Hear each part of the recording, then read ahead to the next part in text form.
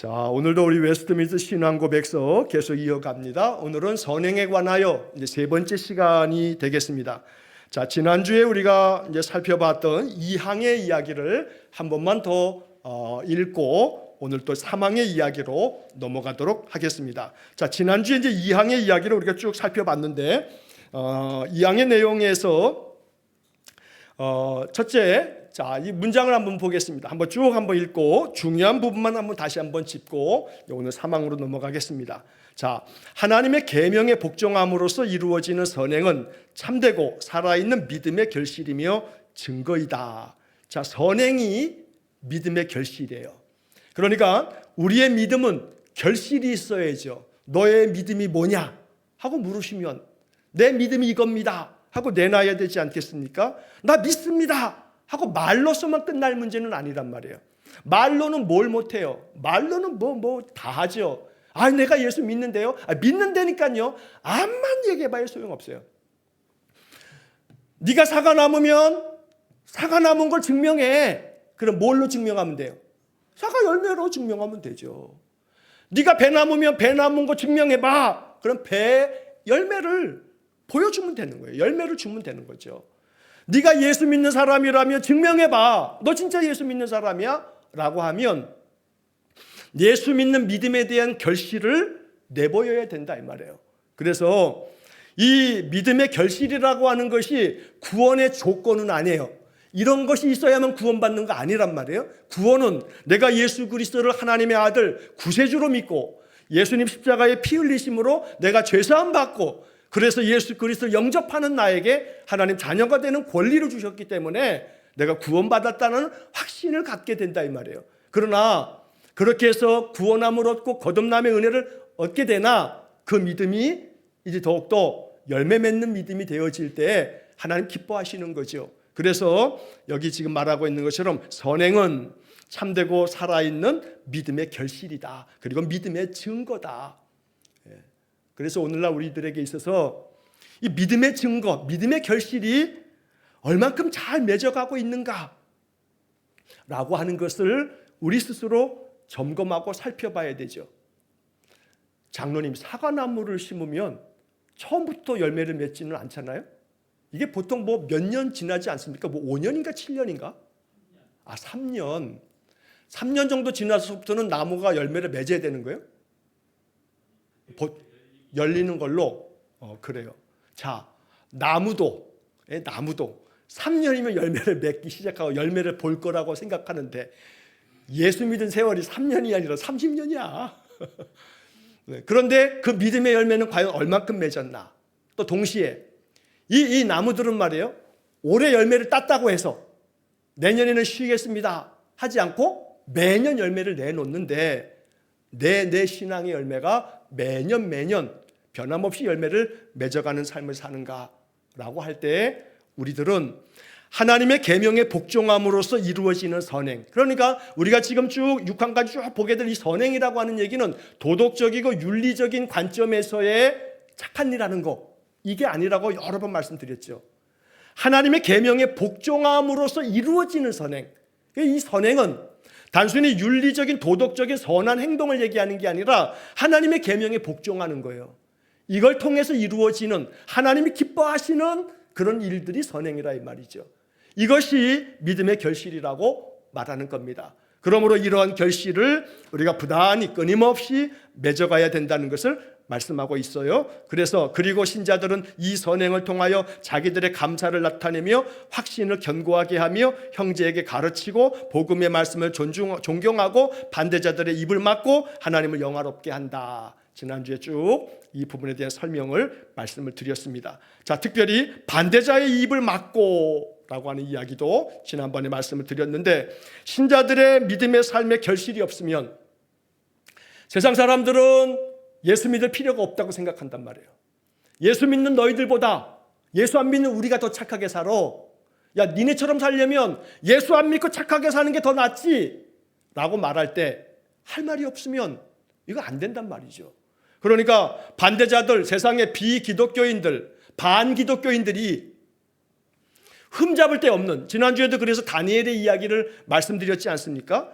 고발할 근거를 찾고자 하였으나 아무 근거 아무 허물도 찾지 못하였으니 이는 그가 충성되어 아무 그릇됨도 없고 아무 허물도 없음이었더라.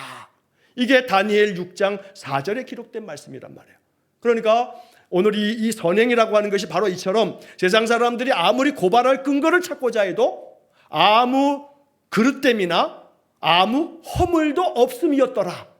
이게 이제 다니엘의 얘기가 아니라 우리의 얘기가 돼야 되는데, 우리 신자들의 이야기가 돼야 되는데, 오늘날 이 시대가 그렇지 못하다 보니 기독교에 대한 종교 신뢰도가 다른 종교들보다, 가톨릭, 불교보다 기독교가 훨씬 낮은 거예요. 기독교인들을 신뢰 못하겠다는 거예요. 전 국민 대상으로서 여론조사 기관이 공식적으로 여론조사를 했을 때 그 여론조사는 굉장한 과학적인 데이터란 말이에요. 과학적으로 우리나라 국민들이 그저 한 20%도 안 되는, 예전에 최근 통계가 18%나 그 정도 나왔었죠. 20%도 안 되는 사람들만이 신뢰하는 거예요. 그 얘기는 뭐냐면 기독교인만 기독교가 신뢰만하다고 얘기하는 거예요. 기독교 인구가 우리나라가 20%도 안 되니까 지금. 그러니까 그 정도 신뢰도가 나왔어요. 우리끼리만 신뢰하는 거예요. 우리끼리만. 기독교인 숫자만큼만 기독교 신뢰도가 나왔다 이 말이에요. 그 나머지 80% 이상은 기독교 못 믿을 종교지라고 한다 이 말이에요. 이것은 다름 아닌 이 선행에 관하여 이 문제가 해결되지 않았기 때문에, 이게 우리 안에 신앙 고백이 되지 않기 때문에. 사도신경의 신앙 고백이 아주 교리적이에요. 하나님이 천지를 창조하셨다. 예수님께서 동정녀 탄생하셨다. 고난을 당하셨고 십자가에 죽으셨고 그리고 또 사흘 만에 부활하셨다. 그리고 심판하러 이 땅에 오실 거다. 성령을 믿으며 공교회를 믿는다. 죄를 용서함을 받고 믿고 또 몸이 다시 사는 것을 영생을 믿는다. 사도신경의 이 신앙 고백은 매우 교리적 신앙 고백. 이 교리가 헛되다는 게 아니죠. 이건 뼈대죠. 뼈대만 있어. 뼈대만. 우리 신앙 고백은 뼈대만 있는 거예요. 뼈만 있는 사람이 살 수가 있어요? 아니죠. 근육도 있어야 되죠. 모든 몸에 이 신경 하나하나 모든 근육들이 다 붙어 있어야 이게 사람이죠. 뼈만 있으면 사람이 아니란 말이에요. 우리의 신앙 고백이 이 사도신경 하나로만 다 해결이 안 돼요. 이게 부족하다는 얘기가 아니라 이건 뼈대. 그런데 예를 들어 사도신경에는 선행에 대한 신앙 고백이 없잖아요. 선행에 대한 신앙 고백이 없어요. 웨스트민스터 신앙 고백서. 우리가 믿고 이렇게 고백하며 이렇게 살겠다고 다짐해야 할. 그러니까 여기 말한 것처럼 우리들의 신자들은 이 선행을 통해서 반대자들의 입을 막아야 돼요. 기독교를 신뢰하지 않는 사람들이 할 말이 없어야 돼. 아무 근거, 아무 허물을 찾고자 해도 찾을 길이 없어야 된다 이 말이에요. 근데 찾을 길이 없는 게 아니라 그냥 눈에 보이는 게 다 죄다. 허물투성이요, 또 그릇된 것 투성이요, 고발할 건수 투성이라고 한다면 방법이 없는 거예요. 방법이 없어요. 그러니까 하나님이 얼마나 애통한 눈물을 흘리실까라는 생각을 하게 되지요. 자, 그래서 그들은 하나님의 지으신 바요 예수 그리스도 안에서 창조된 것이므로 성화에 이르는 열매를 가짐으로 결국은 영생을 가지게 될 것이다. 그래서 우리는 마태복음 7장 21절에서 나더러 주여 주여 하는 자마다 천국에 다 들어가는 게 아니에요. 아버지의 뜻대로 행하는 자라야 천국에 들어간다고 말씀하시는 거예요. 아버지의 뜻대로 행하는 거, 이게 바로 오늘 이 선행에 관하여 라고 하는 이 이야기의 이 선행, 바로 아버지의 뜻대로 행하는 거, 이게 선행이라 이 말이에요. 그래서 이항의 이야기를 지난주에 우리가 쭉 살펴봤고, 자 이제 오늘 사망의 이야기를 한번 이제 읽어보도록 하겠습니다. 사망을 보시게 되면 그들이 선을 행할 수 있는 힘은 조금도 그들 자신에게서 나온 것이 아니라 전적으로 그리스도의 영에서 나온 것이다. 또한 선을 행할 수 있으려면 이미 받은 은혜 이외에 동일한 성령의 실제적 영향이 필요하다. 자, 이렇게 두 개의 문장부터 먼저 보겠습니다. 자, 신자들이 선을 행할 수 있는 힘은, 선을 행하려면 힘이 있어야 되잖아요. 이 선을 행할 수 있는 힘은 조금도 그들 자신에게서 나오는 것이 아니다 라고 말해요. 그러면 선을 행하는 힘이 어디서 나오냐? 전적으로 그리스도의 영에서 나온다. 그리스도의 영, 성령에 의해서 선을 행할 수 있는 힘이 나오는 거다라고 말하고 있는 거예요. 요 이야기를 좀 어렵게 표현하면 지금 이 사망의 이 문장은요, 뒤에도 마찬가지입니다만 이 사망은 소위 말해서 신학적으로는 이게 개혁주의라고 하는 말을 써요. 이게 뭐냐면 종교 개혁을 단행했잖아요, 루터가. 그리고 이제 개신교회가 탄생했어요. 개신교의 신학인 거예요. 개신교의 신학. 무슨 얘기냐면 오직 의인은 믿음으로 말미암아 구원을 얻는다는 거예요. 그리고 모든 인생들은 칼빈이 이야기했던 5대 강령이라고 하는 것이 있어요. 하나님의 절대 주권, 인간의 전적 타락, 뭐 이런 것들이 있거든요. 그 칼빈의 기독교 우리 장로교의 시조라고 말할 만한 이 칼빈의 이 가르침의 핵심은 뭐냐면 인간의 전적 타락에 있는 거예요. 이 부분 때문에 2000년 교회 역사 가운데 이단들도 있었어요. 이단들, 뭐 펠라기우스 막 이런 이단들이 있었어요. 이 펠라기우스라고 하는 사람의 이단에 대해서 우리가 아는 어거스틴이 이 펠라기우스를 신학적으로 논리적으로 다 니네가 생각하는 건 잘못이야 라고 해서 이 펠라기우스 이런 사람들이 이단으로 정죄가 됐어요. 그리고 이제 우리는 어거스틴의 그 바른 신앙을 따라가는 거죠. 그게 그렇게. 그러면서 루터 당시에 1517년에 루터가 가톨릭의 그런 신앙의 삶이 잘못됐어 라고 하면서 새로운 길을 튼 게 이게 개신교회죠. 기독교회란 말이에요. 칼빈이 종교개혁을 단행하고 루터가 종교개혁을 단행하면서 이 개혁했단 말이에요.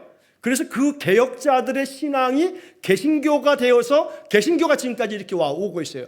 카톨릭 구교가 아닌 개신교회가 이렇게 흘러왔는데 그 개신교인들의 그 신앙의 그 뼈대가 되는 그 신학을 개혁을 했다 해서 개혁주의 신앙 이렇게 얘기를 해요. 근데 그 개혁주의 신앙에서는 지금 여기 얘기하는 것이 바로 그런 거예요. 선을 행할 수 있는 힘은 자신에게서 나오는 게 아니라 전적으로 그리스도의 영에서 나온다. 왜냐하면 인간은 전적 타락한 존재이기 때문에. 자, 왜 이 말씀을 드리냐면 가톨릭은 다른 신학을 가지고 있어요. 가톨릭은 구원의 문제에 있어서도 예수 그리스도를 통하여 구원을 얻는 것이 우리 개혁교회 신앙 전통인데 가톨릭은 그렇지 않아요. 그렇지 않은 여지를 만들어뒀어요. 신학적으로. 예를 들어서 이런 거예요. 공로 잉여설. 지난번도 언제 한번 말씀드린 적이 있는데 공로가 잉여 남는다 이 말 남아. 그래서 그들은 중보자가 오직 예수 그리스도라라고 표면적으로는 얘기하지만 그들은 누구를 더 바라보고 의지하냐면 성인들 또 예수의 어머니 되시는 성모 마리아님을 그들 마음 가운데 존중을 해요. 표현은 존숭을 한다 뭐 그리고 또 여러 표현을 쓰는데 그러나 그들의 신앙 체계에 있어서 마리아뿐만 아니라 많은 이 성인으로 추앙되는 사람들은 그들의 신앙 스스로가 구원받는 신앙을 넘어서 가지고 그들은 공로가 남아요. 그 공로가 남기 때문에 그 공로가 우리에게 부어질 수 있다고 여기는 거예요. 우리는 그걸 철저히 안 된다. 우리 인간들은 성인이라 해도 그건 사람이요. 마리아다 해도 마리아도 사람인 거예요.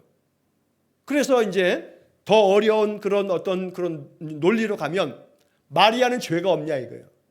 마리아는 죄가 없냐? 마리아가 원죄가 있냐 없냐? 이거에 대해서 아주 논박이 있어요. 하나님의 성자 하나님을 낳으신 분이니 성모 마리아는 죄가 없으시다. 이렇게 주장하거나 그런 논조로 이제 구교는 가는 거예요. 가톨릭은 가는 거예요. 성모 마리아는 성자 하나님을 낳으신 분이기 때문에 죄가 있으신 분이 하나님을 낳을 수는 없다. 이런 논리가 가는 거예요. 그러니까는 성당은 모든 성당 이렇게 보면은 그 앞에 다 마리아 상이 있잖아요. 들어가면서 마리아에게 다 이렇게 인사드리고 성호를 긋고 그리고 들어가잖아요. 나올 때도 끝나고 나오고서도 나갈 때 맨 마지막에 인사는 누구한테 해요? 성모 마리아한테 성호 긋고 그리고 간다고요. 뭐 그것의 잘잘못에 대한 어떤 그런 시비를 지금 얘기하자는 것이 아니고 우리 인간들은 전적 타락한 존재다. 그래서 어느 것 하나 우리의 힘으로 어찌할 수 있는 바가 없다라고 말하는 것이 개혁주의 신학이라고 하는 것의 이야기인 거예요. 그래서 그들이 선을 행할 수 있는 힘은 조금도 그들 자신에게서 나오지 않는다라고 하는 이 첫 번째 문장의 그 앞부분의 얘기는 인간은 전적으로 타락했기 때문에 선을 행할 수 있는 그런 힘이 우리에게는 근본적으로 없다라고 말하는 게 이제 첫 번째 문장인 거예요. 그래서 전적으로 그리스도의 영에서 나오는 거다라고 말하는 거죠. 여기서 이제 한 가지 질문은 뭐냐면, 이 선을 행할 수 있는 힘이라고 하는 것을 또다시 앞에서 제가 2장에서도 또 그 앞에 1장에서도 말씀드렸듯이 윤리적이고 도덕적인 어떤 선을 생각하면 안 돼요.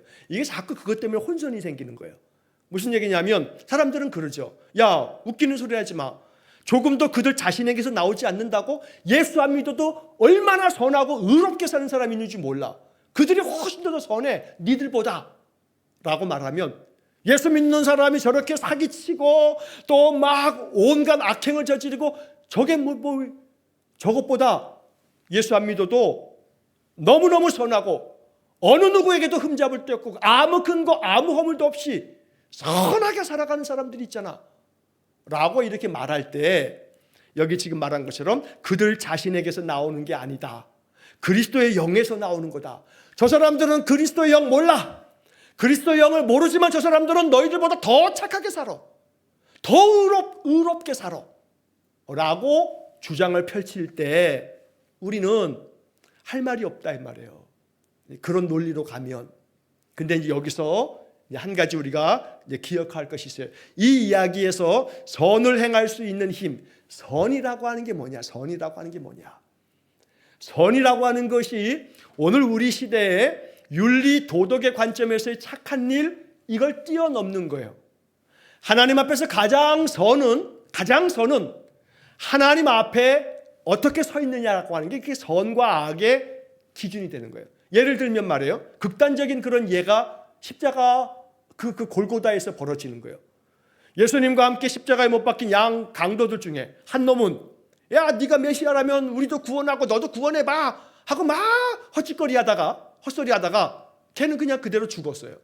지옥 갔겠지, 단순하게 그 얘기하자면. 자, 그런데 한편 강도는 그 강도를 나무라면서, 우리는 마땅히 우리의 죄 때문에 죽는 게 마땅하지만, 그 주차 문제가 맞아요, 장로님? 밀고 나가셨어요. 전화를 안 받으니까 막 밀고, 제가 사이드는 풀어놨는데 그랬던 모양이네. 자, 우리는 아무런 그런 죄도 없어, 뭐 선하게 살았어라고 세상 사람들이 얘기하지만, 그러나 하나님의 기준에서는 그것이 아닌 거예요. 왜냐하면 그 한편 강도가 인간적이고 도덕적이고 윤리적으로 보면 이놈은 죽어 마땅해요.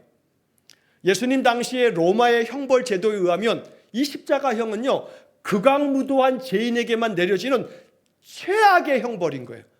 오늘식으로 얘기하면 사형, 이게 최고의 형벌인 것처럼 십자가형, 이게 최고의 형벌이에요.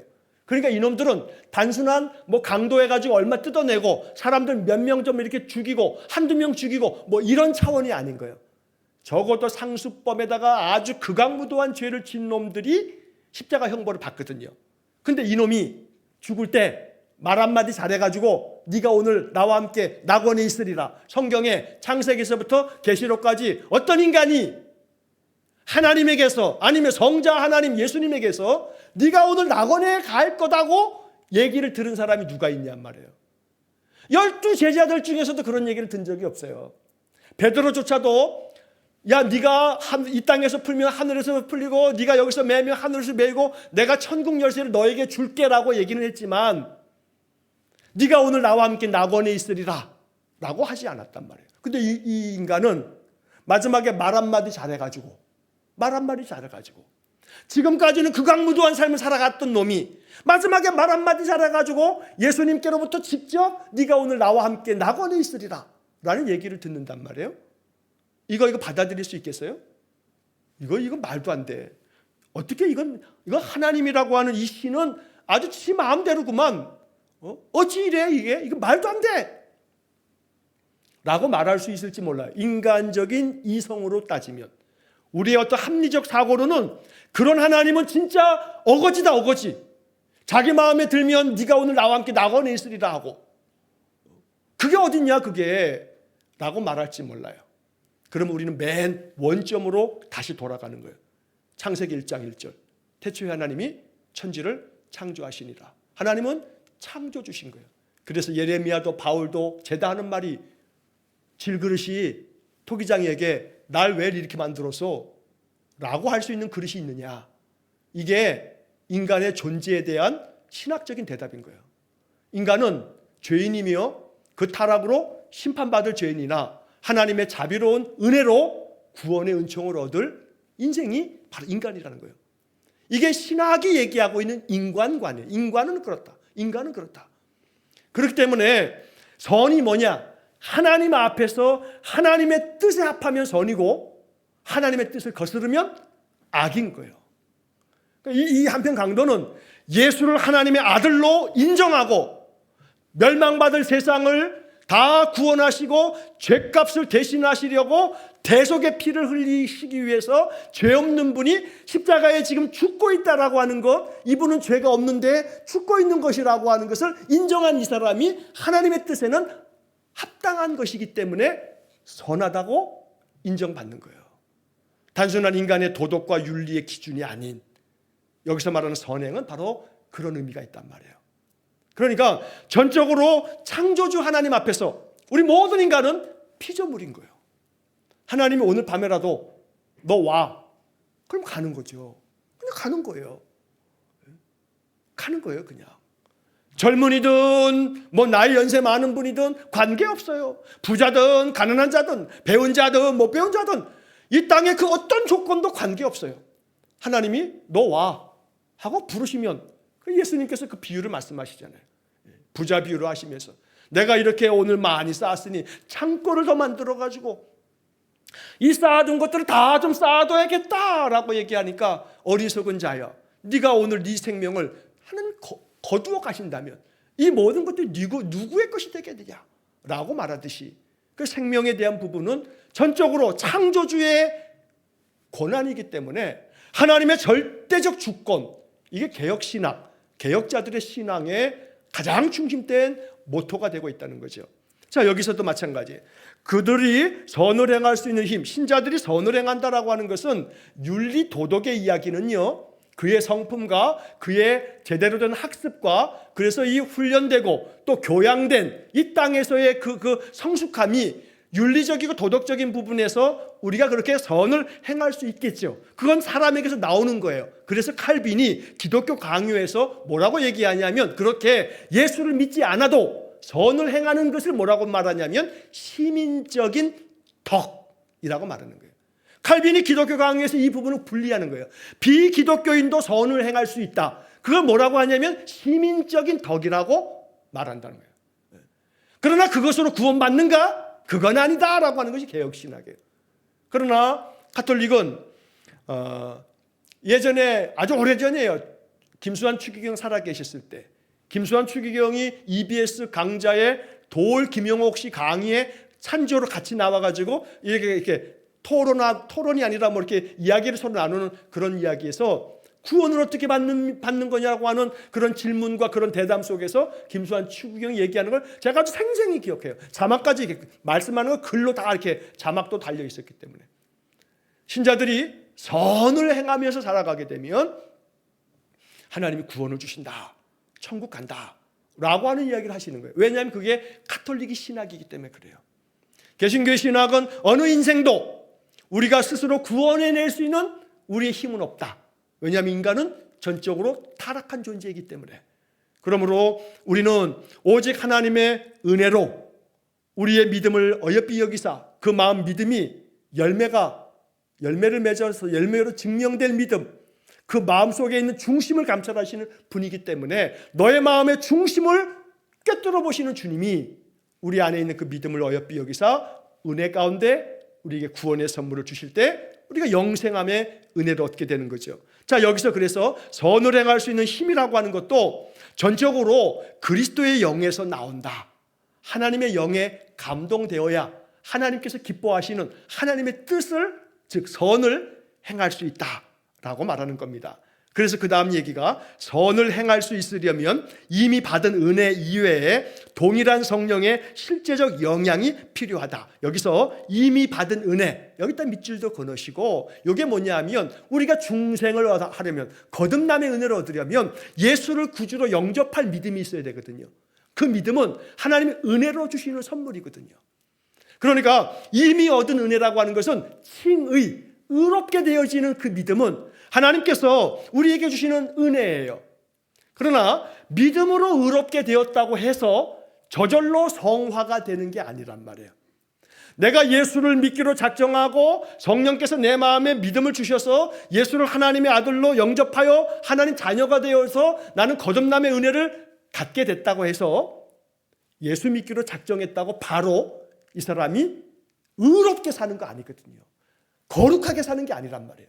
칭의와 성화가 동일하지가 않다고요. 믿음으로 의롭게 되면 바로 성화가 되는가? 아닌 거예요. 아닌 거예요. 그러니까 이 성화는 끊임없이 죽을 때까지 바울이 얘기한 것처럼 푯대를 향하여 그리스도의 장성한 분량에 이르기까지 나아가야 되는 게 이 성화의 삶인 거예요. 성화를 다 이루었다고 할 수 있는 사람이 있을까? 없어요. 죽을 때까지 성화야. 그렇게 죽을 때까지 성화의 길을 걷기 위해서 말씀을 준행하는 삶을 살려고 말씀 붙들고 하나님의 뜻을 구하면서 그렇게 성령의 도우심을 힘입어 기도하면서 그렇게 하나님의 뜻에 합한 동행하는 삶을 살아가면 이 땅에서 우리의 생명이 맞춰지는 그날 하나님은 우리의 영을 부르시면서 영광스러운 면류관을 씌워주실 거예요. 그게 바로 영화가 되어지는 거예요. 자, 그러므로 오늘 여기서 선을 행할 수 있으려면 이미 받은 은혜 이외에 동일한 성령의 실제적 영향이 필요하다. 이 말은 성령께서 실제적으로 우리에게 계속해서 은혜를 부어주셔야만 매일매일 감사할 수 있고요. 매일매일 평안을 유지할 수 있고요. 그리고 매일매일 믿음 안에서 내 삶을 긍정하고 내 삶에서 하나님의 도우심과 역사하심을 소망하면서 하나님의 뜻대로 합당한 삶을 살아가게 되는 거죠. 매일매일 뭐가 필요한 거예요? 성령의 실제적인 영향이 필요하다. 그래서 이 사망에서 이 문장이 참 의미 있는 문장이에요. 성령의 실제적 영향이 필요하다. 언제? 날마다. 우리가 하나님의 자녀가 되어지는 이미 받은 은혜 이외에 성령의 실제적인 영향이 날마다 필요하다라고 이야기를 하고 있다는 것입니다. 자, 그렇기 때문에 성령의 실제적인 영향을 받기 위해서 말씀 앞에 서는 거고요. 기도하는 거예요. 기도 외에는 이러한 유가 나갈 수 없다. 마귀가 나가는 거, 귀신을 쫓아내는 거 제자들이 못하다 보니 우리는 왜 못했습니까? 그러니까 예수님이 기도 외에는 이러한 유가 나갈 수 없다라고 말한단 말이에요. 그래서 기도를 통해서 우리는 성령이 내 안에서 실제적으로 영향을 미치시도록 우리는 성령께 우리의 삶을 맡겨드리면서 성령의 역사하심을 바라는 기도를 드려야 된다는 거죠. 그래서 기도의 삶이 그래서 중요한 겁니다. 기도를 예배당에 나와서 1시간 동안에 찬양 부르고 통성 기도하고 이렇게만 종교적으로 생각하시지 마시자고요. 매일매일 순간순간 한마디 주님, 지금도 내가 주님과 함께 합니다. 여기서 나중에 기도에 대한 이야기를 할 때 또 한번 할 기회가 있겠습니다만 이렇게 한마디 기도하는 것을 중보기도 학교 이런 데서는 명칭을 뭐라고 부르냐면 이걸 화살기도라고 이렇게 표현하기도 해요. 화살기도. 이 뭐냐면 화살 하나를 탁 쏘듯이 하나님 앞에 한마디 기도하는 거. 근데 그 한마디 기도할 때마다 그 뒤에는 반드시 예수님의 이름으로 기도합니다. 아멘. 이렇게 해야지만 돼. 이렇게 말하는 사람들도 있어요. 그렇지 않으면 기도가 안 되는 거야 라고 말하는 사람들도 있어요. 저는 그런 사람들이 매우 교조적이다. 아주 교리에 박혀가지고 아주 율법적인 예수가 율법이 돼버리고 있어요. 예수가 율법. 그러니까 우리가 공기도를 하고 또 우리의 기도의 시간에서 나의 모든 기도가 예수 그리스도를 통하여 하나님께로 이것이 나아가 예수님이 중보자 되심으로 내 기도를 하나님께서 들으신다는 것을 신앙적으로 고백하지요. 그러나 운전하고 가다가도 눈 뜨고 가다가도 하나님 이 길을 평안하게 지켜주세요. 또 뭐 어떤 일을 하다가도 하나님 이제 이거 하고 있는데 좀 지혜를 주세요. 순간순간 한마디 한마디 기도할 때마다 예수님의 이름으로 기도합니다. 아멘. 이것이 없으면 기도가 안 되는 거야. 그건 기도가 아닌 거야. 도장을 안 찍은 거야. 라고 하는 그런 식의 논리로 가는 거는 이건 이 사람이 기독교 종교화된 종교인이 돼버린 거예요. 그런 예수님의 이름으로 기도합니다. 아멘. 이것은 더 이상 필요 없다. 가 아니에요. 필요해요. 그러나 우리가 소위 화살 기도라고 하는 한마디 한마디 기도를 할 때까지도 다 그 기도가 예수님의 이름으로 기도합니다가 없으면 안 돼. 라고 말하는 그것은 그건 아주 굉장히 기도를 율법화하고 있다. 라고 하는 것으로 여러분이 정리를 하시면 좋겠습니다. 자, 그 얘기를 하자 하니까 또 순간 제가 좀 생각이 나서 또 좀 발동이 좀 딴 데로 잠깐만 갈게요. 지난주일 날 말씀드린 것처럼 이 박진영이가 아주 지금 가관이에요. 제가 진짜 점점 과관해요. 며칠 전에 또 올라온 영상 성찬에 대한 얘기를 또 해서 성찬을 대한 얘기. 맨 마지막까지 들어보니까 성찬식 할 필요 없다. 뭐 하고 있는 교회가 뭐 잘못했다고 말할 수는 없지만 분명히 성경은 성찬식 할 필요가 없다고 얘기한다 라고 주장을 펴요. 얘가 지금 막 가고 있어요. 이거 어디서 신학을 어디서 공부를 제대로 했는지 안 했는지도 잘 모르겠습니다만 아주 위험하게 짝이 없어요. 성찬을 그래서 자기들은 안 한대요. 성찬을 안 하는 그 자기 저기를 1시간 좀 넘는 자기 강의로 다 해결되는 거예요. 이게 지금 박진영이가 2000년 교회의 역사가 이 성례가 가지고 있는 영적 의미에 대한 부분들을 다 배격하고 배척하는 거예요. 성찬 할 필요가 없기 때문에 자기 첫 열매들 여기는 성찬식 안 한다. 성찬식 할 필요가 없다. 라고 이렇게 얘기를 한다고요. 그러니 오늘날 우리들에게 있어서 이게 신앙을 정말로 바르게 신학 안에서 우리 형성하지 않으면요. 또 그런 얘기 듣다 보면 박진영이가 말하니까 그 다 맞는 말이겠지. 여러분 JYP 그 박진영 그 그룹 걔네 그 엔터테인먼트에 있는 많은 수강생들은 다 자기네 오너가 박진영인데 그 사람 강의를 들으면서 다 그걸로 다 옳다고 넘어가지 않겠어요? 당연히 넘어가죠. 당연히 넘어가죠. 이거 심각하게 그지없어요. 심각한 문제예요 이게. 자, 성령의 실제적 영향이 필요해요. 오늘 우리들의 신앙이 바르게 이 웨스트민스터 신앙 고백서가 아주 교회의 정통한 신학적 입장을 담고 있는 고백서이기 때문에 이걸 그렇게 정확하게 읽고 여기의 내용을 우리가 정확하게 이해를 해야 잘못된 이야기를 들을 때 이건 잘못된 것 같은데 라고 하는 분별력이 생겨요. 그래서 웨스트민스터 신앙 고백서를 쭉 공부해 가는 게 그만큼 중요한 거예요. 그래서 뭐가 잘못됐다라고 하는 걸 꼭 집어 얘기하지 못하더라도 성도들이 듣다 보면 저거 분명히 좀 이상한데 라고 하는 것을 가늠할 수 있거든요. 그런 거잖아요. 어떤 식당에서 음식을 쫙 항상 먹는 사람은요, 어느 날 맛이 이상한데 주방장 바뀌었어요? 오늘 뭐 주방장 안 나왔어요? 그러지 않습니까? 왜? 내가 쭉 먹던 입맛이 아니거든. 마찬가지예요. 말씀도 영적인 문제도 계속 말씀을 듣다 보면 바른 말씀을 듣다 보면 다른 얘기를 하게 됐을 때 저건 좀 아닌 것 같은데 왠지 이런 느낌을 갖게 되는 거예요. 그래서 말씀을 계속 듣고 배워야 되는 거예요. 자, 여기서 그래서 선을 행할 수 있으려면 이미 받은 은혜, 우리가 예수 그리스도의 믿음으로 구원받는 그런 은혜 외에도 성령의 실제적인 영향을 계속 필요로 해요. 그래서 우리가 말씀 앞에 서서 말씀으로 무장하고 늘 기도하면서 기도를 통해서 성령의 임재하심이 있도록 간구해야 되는 거예요. 오순절에 성령이 임하신 것은요, 다른 것 때문이 아니에요. 전혀 기도에 힘쓰니라. 사도행전 1장은 그렇게 얘기해요. 예수님 승천하시고 난 다음에 이 성을 떠나지 말고 아버지가 약속한 것을 기다려라. 그랬더니 이 성도들이, 이 신자들이 120여 명의 무리들이 마가의 다락방에 모여서 전혀 기도에 힘쓰니라 라고 성경에 적혀 있다고요. 그럴 때 성령이 임하시는 거예요. 그러니까 성령의 실제적인 도움을 받으려면 뭐 해야 돼요? 기도해야 돼. 기도해야 돼. 말씀만이면 돼 라고 하면 안 돼. 말씀만으로 되는 게 아니야. 이게 말씀만으로 다 되지 기도는 필요 없어. 이런 식으로 어느 거 하나면 되지 나머지는 필요 없어. 이런 식의 어떤 논리가 되면 안 돼요. 조화와 균형을 통해서 기도와 말씀은 우리의 신앙의 양날개와도 같은 거예요. 양날개와 같은 거예요. 그래서 말씀만 이제 이렇게 돼 보게 되면 이게 우리의 지성이 굉장히 발달되는데, 이 지성이 발달되어지면서 이게 굉장히 말씀으로 다 그냥 해버려. 심장이 움직이질 않아요.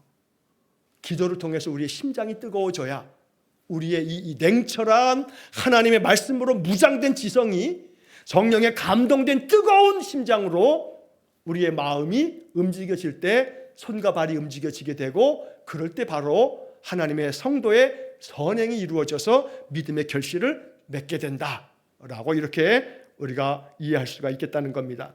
자, 그 다음에 이야기는 이제 그 반대 얘기를 또 하고 있는 거예요. 뭐냐면 이 영향을 받아서 하나님이 기뻐하시는 것을 원하고 행하게 된다. 성령의 실제적인 영향을 받아야만 하나님이 기뻐하시는 것을 우리가 원하게 되고요, 이걸 또 행하게 돼요. 이걸 원하는 마음은 성령께서 내 안에 충만하게 영향을 미칠 때에, 여기 실제적 영향이라고 이렇게 표현했습니다만 우리식으로 말하면 성령 충만, 성령으로 충만한 것이 성령이 실제적으로 자꾸 나에게 영향을 미치는 거예요. 그렇게 됐을 때 그 영향을 받아서 하나님이 기뻐하시는 것을 원하게 돼요. 성령이 내 안에 가득해야 예배를 원하게 된다 이 말이에요. 하나님이 기뻐하시는 것이 예배인데 예배를 원하게 돼. 자꾸 성령이 내 마음을 자꾸 움직여 줘야만 내 마음속에 자꾸 예배를 드리는 게 즐겁고 예배가 기다려지고 예배를 사모하는 마음, 하나님이 기뻐하시는 것을 원하게 된다고요. 내가 원해. 내가 원하는 것은 내 의지가 아니라 하나님의 영이 내 마음속의 생각과 내 감정에 영향을 미치기 때문에 예배를 원하는 마음이 생기는 거예요. 그러니까 성령 충만한 사람은 예배를 원하는 마음이 마음속부터 솟아올라요. 아, 예배가 싫어. 예배. 아유, 이 시간에 그냥 한 시간 더 쉬는 게 낫지. 아유, 나 그냥 쉴래. 그냥 TV 보고서 좀 웃어 제끼고 그래야 좀 쉼도 있는 것이지 뭐. 하면서 여러 가지 이유를 대면서 예배를 부정하거나 회피하거나 필요 없다 하거나 이제 이러다 보면 그건 자꾸 뭐냐면 성령이 나에게 영향을 미치지 않는 거죠. 그러니까 성령이 실제적으로 나를 영향을 미치면 내 마음에 하나님이 기뻐하시는 것을 원하게 된다 이 말이에요. 원하게 돼. 이거는 성령이 나에게 실제적으로 영향을 미치고 있다라고 하는 거예요. 그렇기 때문에 그걸 그렇게 원할 뿐만 아니라 행하게 된다고요. 자, 그런데 이제 그 반대 얘기가 그 다음 문장. 그렇다고 해서 성령의 특별한 역사가 없이도 아무 의무를 실천할 필요가 없는 것 같이 생각해서 태만에 빠져서는 안 된다. 자, 이 얘기가 뭐냐면 성령의 특별한 역사가 없이는 난 성령의 역사가 없었어. 성령이 실제적으로 영향을 미치지 않아. 자, 그래서 나는 아무런 의무를 실천할 필요가 없어. 아니, 근데 성령이 영향을 미쳐야지만 내가 실천하는 거지.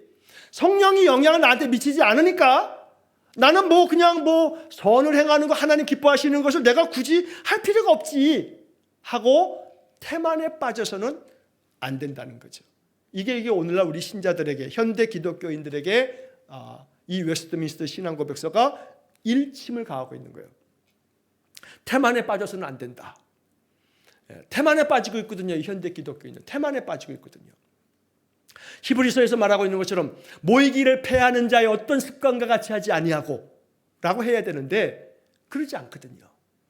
그러니까 그래도 우리 교회 신자들은 그래도 비율로 따지면 훨씬 더 나아요. 비율로 따지면 적어도 이제 새벽마다 예배당에 나오시는 한두 분하고 또 비대면으로 들으신 한 10대 분 이상 이렇게 예배 드리시잖아요. 그러면 우리가 많이 드릴 때는 오늘 같은 경우는 한 16, 17 이렇게 예배를 이게 유튜브에 동시 참여자가 그렇게 돼 있던데, 그러면 예배당에서 드리신 한두 분 하고 하면은 어떨 때는 그렇게 해서 한 17, 18명. 그러면 우리가 주일날 출석하는 그 출석교인들을 비중으로 봤을 때는 그래도 한 20% 가까이 정도 이렇게 예배를 드리는 거거든요. 1000명 교인으로 따지면, 비율로 따지면 1000명 교인이면 200명이 새벽 예배 드려요. 200명이.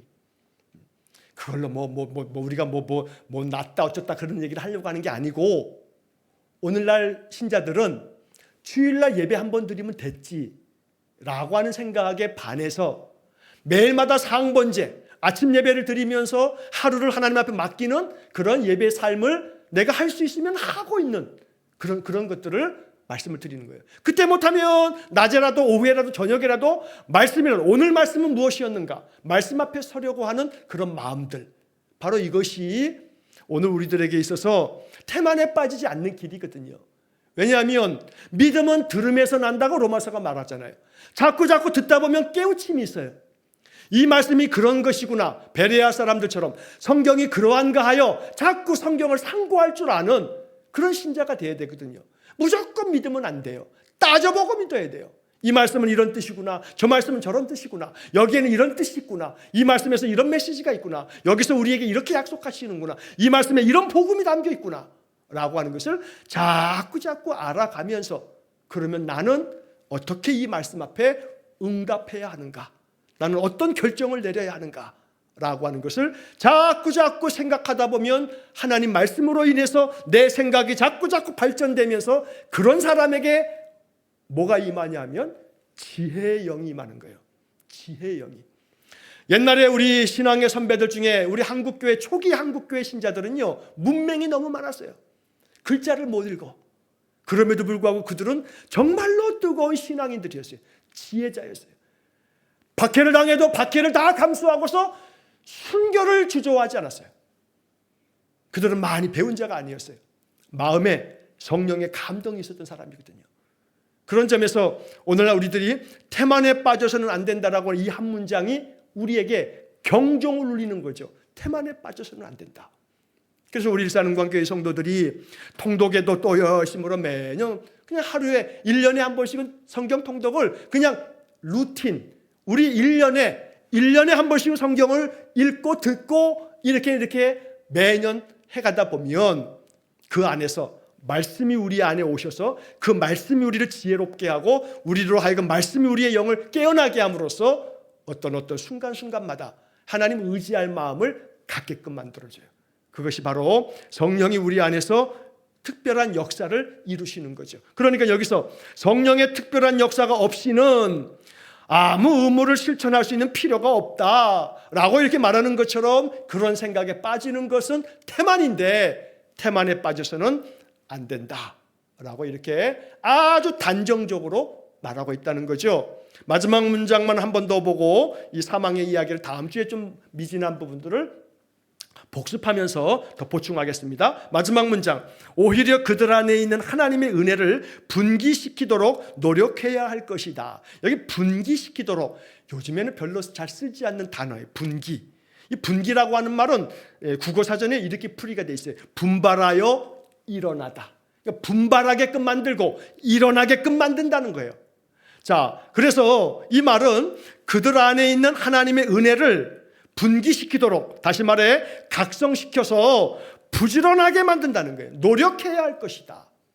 그러니까 태만에 빠져서는 안 된다. 마지막 문장의 끝에 노력해야 할 것이다. 이게 신앙 고백서예요. 나는 이걸 믿습니다 라고 고백하는 거죠. 그러니까 오늘 이 이야기처럼 하나님이 기뻐하시는 것을 우리가 원해야겠고 행해야겠는데, 이것은 자신에게서 나오는 게 아니기 때문에, 이런 힘이 하나님의 영으로 말미암아 나오는 것이기 때문에 하나님의 영이, 성령께서 실제적으로 내게 영향을 미치시도록 날마다 성령의 도우심을 간구하는 기도를 드림으로 말미암아 바로 우리 안에 하나님의 은혜가 우리를 계속해서 각성시키고 분기시키도록, 우리로 하여금 분발하여 일어나게끔 만들도록 어떻게 해야 된다고요? 노력해야 할 것이다 라고 이렇게 말하고 있다는 겁니다. 수요일 저녁에도 이 시간을 정하고 이 시간에 함께 참여하는 분들은 지금 여러분들이 하나님의 은혜를 분기시키도록 노력하고 있는 것이라고 믿습니다. 이렇게 우리가 끊임없이 태만에 빠지지 않도록 힘써 노력하다 보면 우리가 그만큼 하나님을 사모하고 하나님의 말씀 앞에서 자꾸 나 자신을 살펴보고 이렇게 될 때 하나님의 말씀은 우리를 더욱더 지혜롭게 만들어요. 예수 믿는 믿음의 사람에게 주는 크나큰 유익과 축복은요, 지혜. 분별력, 또 우리의 삶에서 우리의 삶을 정말로 하나님이 여기 지금 표현처럼 성령의 실제적 영향이 우리에게 있어요. 그러므로 우리가 예수를 믿으면서 성령께서 내 마음속에 영향을 미치고 있다라고 하는 것들을 여러분 느끼실 수 있기를 바라고, 그걸 느끼시고 계신다면 그러면 나는 지금도 하나님께서 기뻐하시는 선을 행하는 삶을 살아가고 있다라고 이렇게 가늠할 수가 있겠다는 겁니다. 태만화에 빠져서는 안 된다, 노력해야 할 것이다. 이 문장 속에 이 구절을 마음속에 깊이 음미하시면서 하나님께서 기뻐하시는 선행에 관한 이런 고백 속에 우리가 더욱더 힘쓰기를 주의 이름으로 간절히 축원합니다. 기도하겠습니다. 자비로우신 하나님, 선을 행하는 힘이 우리에게서 나오는 것이 아니고 전적으로 그리스도의 영에서 나온다 말씀하셔서 성령의 실제적인 영향이 필요함을 고백합니다. 그러니 하나님, 우리가 예배할 때마다 기도합니다. 성령께서 우리 성도들의 마음을 주장하시고 이끄셔서 우리 안에 거하심으로 늘 하나님 기뻐하시는 것을 원하고 행할 수 있게 해 주옵소서.